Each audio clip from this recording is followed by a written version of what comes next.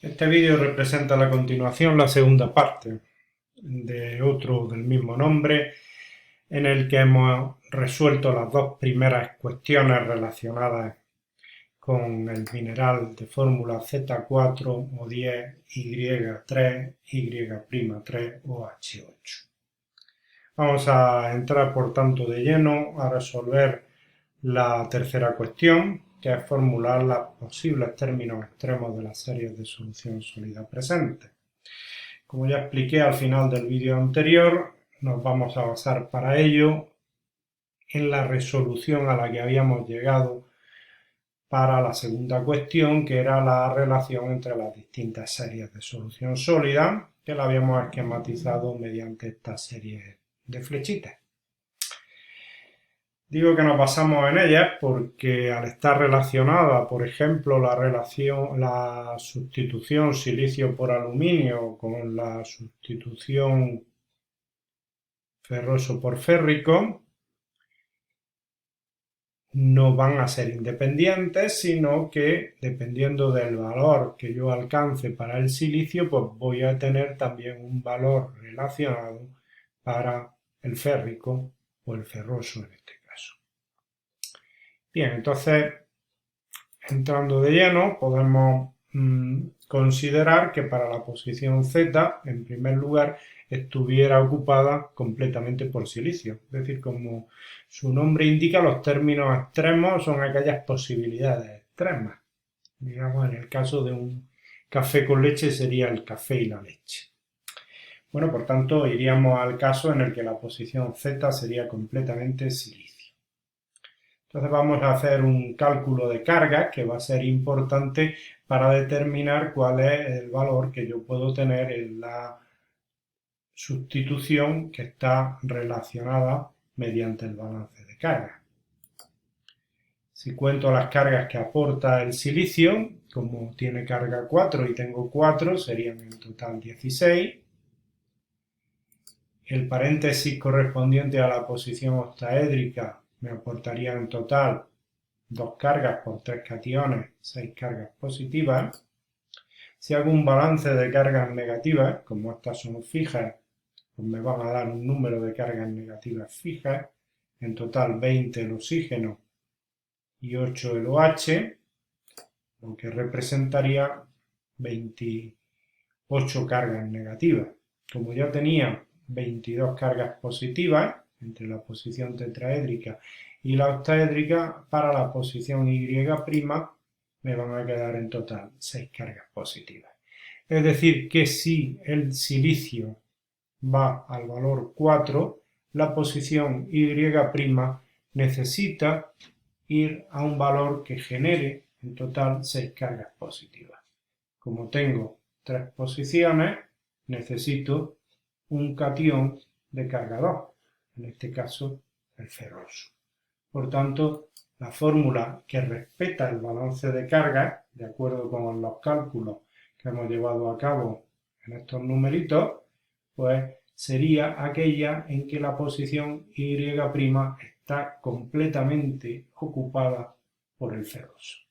Y por tanto, esta sería, de hecho, uno de nuestros términos extremos, que en realidad uno no es uno, sino que son dos, puesto que tengo la posibilidad de que la posición octaédrica esté ocupada por el ferroso o esté ocupada por el magnesio. Es decir, que he desarrollado ya dos términos extremos.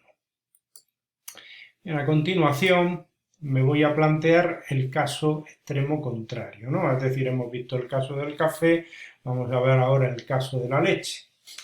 Lo que pasa es que no siempre se puede ir hasta el extremo, ¿no? Es decir, a veces los balances de carga, la concatenación entre dos series de solución sólida, me limitan el extremo al que puedo llegar, como es el caso de este, puesto que tengo que sustituir la misma cantidad de ferroso por férrico que la que sustituya de silicio por aluminio, y puesto que la posición Y', que es donde se localiza el ferroso y el férrico, tiene solamente 3 cationes, yo solamente voy a poder llegar a sustituir 3 silicios por aluminio. Si llegara a sustituir los 4, no tendría con qué compensar el déficit de carga que se generara. Es decir, finalmente me faltaría carga, lo cual está prohibido, por decirlo de alguna forma. Por tanto, la siguiente posibilidad es que en la posición tetraédrica yo tenga en la fórmula 3 aluminios y un silicio, y para que esto sea posible, mediante la relación de cargas que hemos desarrollado en el apartado anterior, necesitaré que la posición Y' esté ocupada en este caso por los cationes trivalentes, que pueden ser tanto el férrico como el aluminio en cualquier proporción, puesto que hemos dicho que esta sustitución no implica diferencia de carga y es independiente. Por tanto, aquí tendría un nuevo término extremo que una vez más son dos. La variedad con el ferroso y la variedad con el magnesio. Es decir, dos nuevos términos extremos que se me unen a los que ya había desarrollado en la diapositiva anterior. Teniendo en cuenta que en este caso también tenemos un segundo paréntesis que abre una serie de solución sólida que es independiente, la férrico por aluminio, pues a los dos términos extremos anteriores basados en el férrico hay que unir los equivalentes basados en el aluminio, que son iguales que los anteriores, pero con aluminio en lugar de hierro férrico. Bien, si seguimos, pues nos va a quedar manejar la posibilidad de la unisional. Entonces, ¿cómo lo vamos a hacer esta? Esta puede resultar un poquito más compleja, pero nos vamos a basar en la siguiente idea. Para que el silicio llegue a 4, habíamos llegado antes a la conclusión de que la posición Y' necesita aportar 6 cargas positivas para que se conserve el balance de carga. Por tanto, si yo me voy al caso extremo de la unicional, es decir, llegar a perder el 30% que me admite el planteamiento de la cuestión, ¿sí?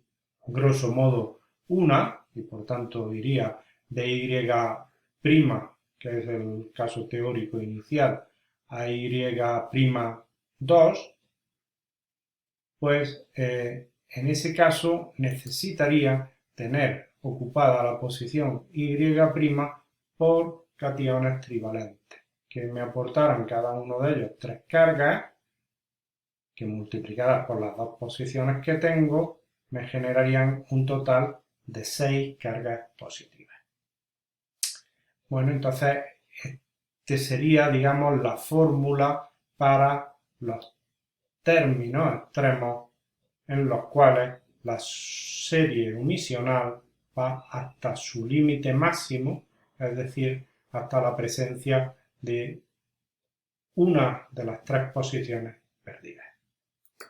Nuevamente tendríamos dos posibilidades, la que se basa en el hierro ferroso para la posición octaédrica y la que se basa en el magnesio para la posición octaédrica, pero como además el paréntesis de la posición Y' me abre la posibilidad del férrico o del aluminio, pues de estas dos posibilidades tengo a su vez otras dos, la que en lugar de hierro férrico contiene aluminio y aquella que en lugar de hierro férrico contiene aluminio. Bien, estas serían las 4 nuevas términos extremos que junto con los que planteé al principio en el caso extremo del silicio y los que después deduje sustituyendo el silicio por la cantidad máxima de aluminio que me permite el balance de carga, pues me generaban estas otras 4. Por tanto, tengo ahora mismo en la pantalla los 10 posibles términos extremos que tendría en este caso, manejando todas las posibilidades de sustituciones posibles. La cuarta pregunta se refiere a la influencia que podrían tener factores externos como la temperatura, un factor físico, o el potencial de oxidorreducción, un factor químico, sobre la composición que yo tendría en este mineral.